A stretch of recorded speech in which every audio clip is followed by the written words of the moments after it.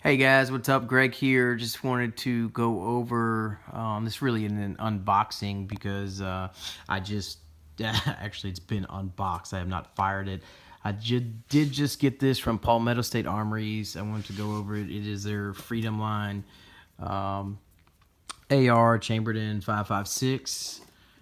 Pretty basic. This is the MOE Magpul setup, and I did make sure to get the one that had the polished trigger because everything I read just raved about these.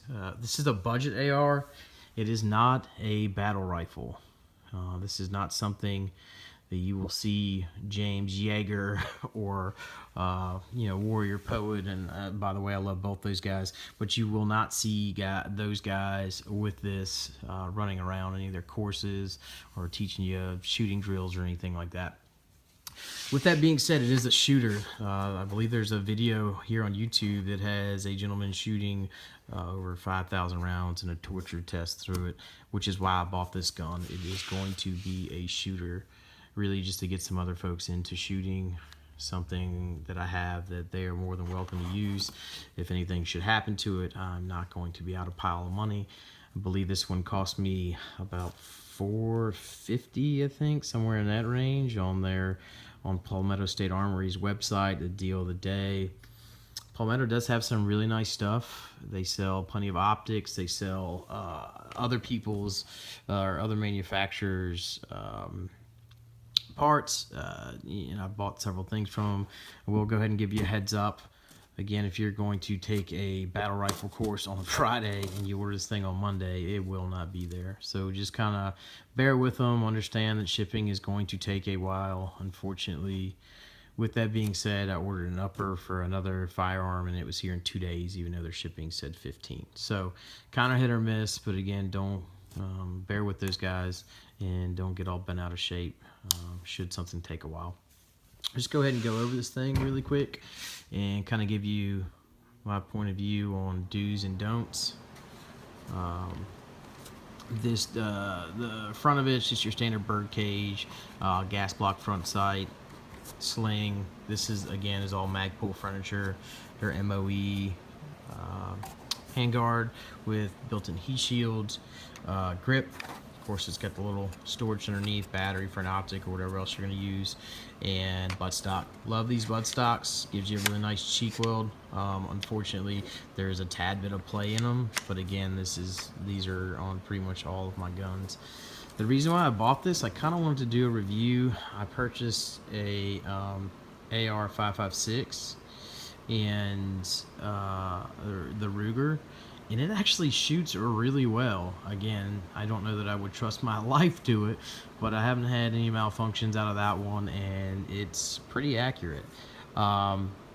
These particular guns, these are not, sub MOA guns. These, I think realistically, it's probably going to be a 3, maybe down to a 2 MOA at 100 yards. If I had to guess, probably a 2.5. But again, that's fine. This is not meant to drive tax or reach out and touch anybody. It's meant to get some family members and some friends into shooting. I have I won't say how many, but quite a few firearms, and it's a hobby of mine. And I'd love to have other people exercising and enjoying our Second Amendment rights. Kind of see if this thing will focus and just give you a quick look at the gun. It does come with a Magpul mag, which is right here. Owner's manual, which really just starts off with gun safety. Doesn't have a whole lot of wowing you on why you were supposed to buy this particular AR. It just gives you the basics, how to clear malfunctions, things of that nature. You do have the Palmetto State Armory sticker if you want to throw it on your Yeti or gun safe or whatever, and MBUS, Magpul backup sights, and it shows you how to sight them in, how they work, all that. So that is actually already on the gun. Quick little pop down and it's ready to go. Dust covers on there, brass deflector, forward assist, all that is pretty standard. I apologize, this is upside down, but you see the PSA multi badge on the lower there. say fire. Right now it's on fire. I have safety checked this gun for all you fanatics. I've been shooting long enough to know better, and make sure to go ahead and safety checked. Again, this is their polished trigger, really nice. Let me show you that real quick and show you something else. Personally, I think you should lube and clean all of your brand new firearms when you get them before you take them to the range. People, some people say, why do you clean it? Well, because these things are usually put together in a shop. They're manufactured in a factory, and they have little bits of grit and tooling, shrapnel, whatever the hell you want to call it, on them. So I recommend you clean them. Another one, and this is a really good example, and I've already had this apart, so I'll show you. Pop this thing out real quick on why you should always lube your gun before you shoot it. Let me see if I can get this thing to lift up. And again, bear with me, I'm doing this one-handed. Grab this, pull out my carrier group, and my charging handle. If you guys can see here, this brand new, no lube, 0. Well, no big deal. Charging handle right, wrong. That's the interior of your upper being worn every time you charge it. Let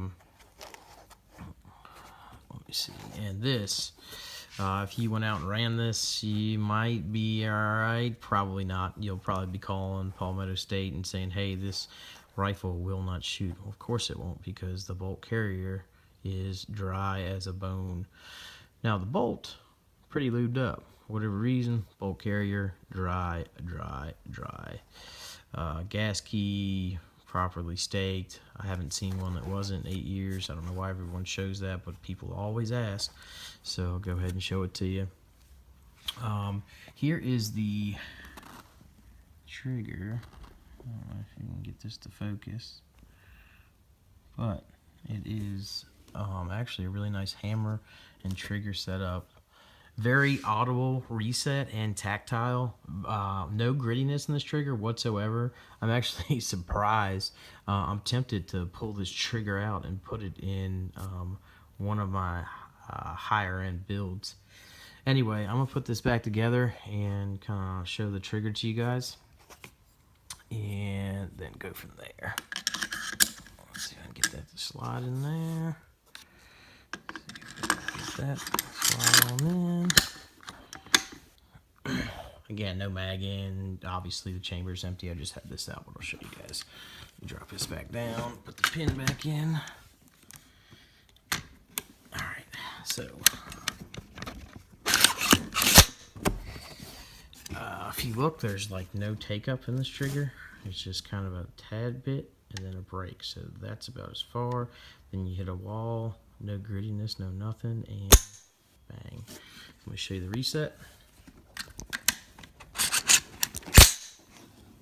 Listen for it, listen. Loud as can be, and you can feel it, and then bang again. Again, rate of fire should not be an issue with this gun. The main reason why I bought it, again, I have another sporting rifle, the AR-15. Changed a couple of things around on this gun. I can't keep anything stock, but it shot great stock, and I just kind of want to see the difference and trying to get friends that may be interested in trying to point them in the right direction. Let me see what else. In a lot of my videos, you won't see optics or a whole bunch of stuff in it, and that's just a personal thing. I think shooting, I will do a review on a couple of them, but if you're shooting, it's kind of like fishing. You don't, if you're into shooting, and if you shoot competitive at all, you don't want people to know kind of what you're using. Let me show you guys, get this out of the way. I wanted to show you another great deal from Palmetto. Again, you will wait. This is a build of mine, and 18-inch stainless steel barrel, M-lock, 15-inch lightweight, free floating handguard. Excuse me. And if you look, the reason why this is from Palmetto State, if this will focus, which I don't think it wants to. What do we see there? That beautiful G. So, I was searching for Geisley SSA trigger, and I found this entire lower from Palmetto State and completed, built with the trigger in it for what I could buy the trigger for on one of their daily deals. So of course I had to buy it. Now, this one has got some other fun stuff on it. But again, this is the type of rifle you can reach out and touch somebody with. This is more of a battle rifle. You know, your Daniel defenses, your you know, Noveski setups, whatever you're using, you know, BCM, those are going to be your battle style rifles. This particular Freedom rifle is not. It's just, it is what it is. Now, I do recommend that you guys, everybody exercise their rights and get something like this. I don't care. Sorry, I'm trying to get this thing to focus. How much you spend on a rifle. What's important to me is that you're shooting. I'm not a gun snob. I do have high-end guns. I've got low-end guns. Again, what's important is that you guys are shooting. I love the sporting aspect of it. I love the freedom of it. And I'll be more than happy to show you guys anything that you're interested in. I do want to show you one other thing. Tool ammo. You know, you guys can hate on this all you want, but I'm gonna tell you this right now. If you buy a brand new gun, everybody always asks me, Greg, what do you shoot in your AR? Well, when I first get it, guess what I shoot in it? You're right. This steel cased, very, very cheap ammo. And the reason why is if your gun will shoot and cycle and chamber another round of this, it will eat anything that you put in it. So, you know, your battle rifle, the self-defense, the home defense, the one you're going to trust your life on, if it won't eat this, chances are you're going to have an issue with some other kind of ammo.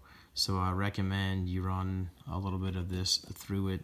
And some of you guys will say you're crazy, I'll never put that in my rifle. Either way, that's your choice. I'm telling you personally, if it will eat this, it will eat any other round that you put in it. Now I know you guys are thinking, Greg, you told me that this was going to be a shooter. Well, it is, and it's going to be used to get people into shooting. However, if you have a day at the range and all you're doing is fixing malfunctions, it's not going to be something that's going to be fun, and it's not gonna want make somebody go out and want to shoot again when all they're doing is clearing, you know, malfunctions and failure to feeds and whatever else from the rifle. If anything, you know, they're learning the basics of shooting. They you know, kind of throws them off a little bit when the tool that they're using is not working properly. Anyway, guys, again, I will be doing a kind of a comparison of this Freedom rifle to the Ruger 5.56 AR, and at the range, I can't remember if I told you guys or not, but we have a indoor range here, which is perfect for sighting in your rifles. Again, I believe it's the largest on the East Coast, 110 yards indoor, no wind, no nothing. So kind of get a real deal controlled setting and let you guys know what each of these rifles is capable of, and then we can shoot kind of a higher end and show you you know, what this rifle is and what it is not.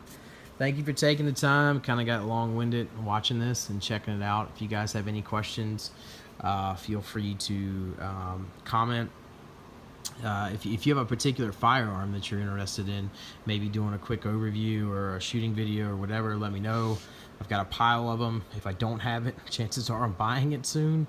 So feel free to ask. Again, guys, I'm just a shooter. I am not James Yeager. I'm not, you know, warrior poet. or any of those guys, old Hickok. I'm none of those guys. All those guys, like I said, I love them to death. They do great work. Very happy that they're on YouTube, but I'm just a real life gun guy. Nobody sponsors me. Nobody gives me anything. These are my hard-earned dollars that go into a hobby that I love, and I love to share with other people. So if you guys have any questions at all, or anything you would like to know, feel free to ask, and I'll be more than happy to answer. Shooter Greg out, guys. Y'all shoot him safe, shoot him straight.